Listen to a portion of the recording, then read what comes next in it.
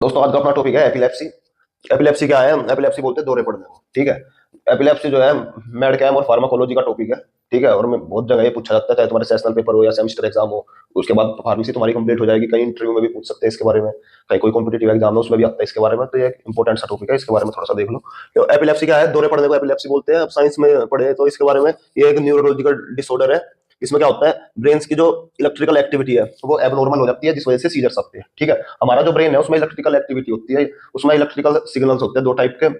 Excitatory signals होते हैं और इनहिबिटरी सिग्नल्स होते हैं। ठीक है। तो एपिलेप्सी में क्या होता है, जो हमारे ये सिग्नल्स है एक्साइटेटरी और इनहिबिटरी, उसके बीच में इंबैलेंस क्रिएट हो जाता है। ठीक है।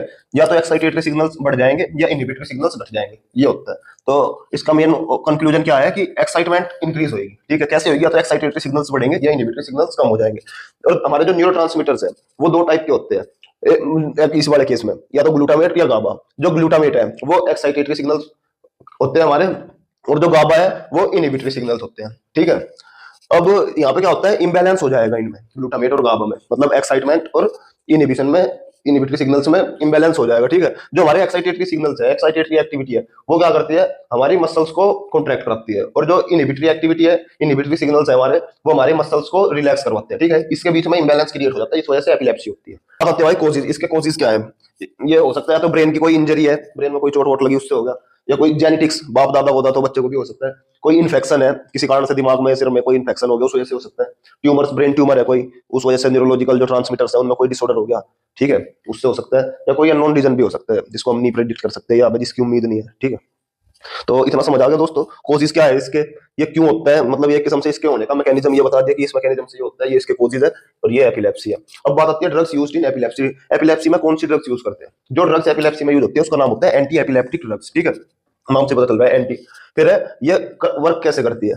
देखो यहाँ हो क्या रहा था, एक्साइटेशन बढ़ रही थी, एक्साइटेटरी सिग्नल्स और इनहिबिटरी सिग्नल्स कम हो रहे थे। हमें इस चीज को ठीक करना है, मतलब हमारी जो ड्रग है वो इसके अपोजिट काम करना चाहिए।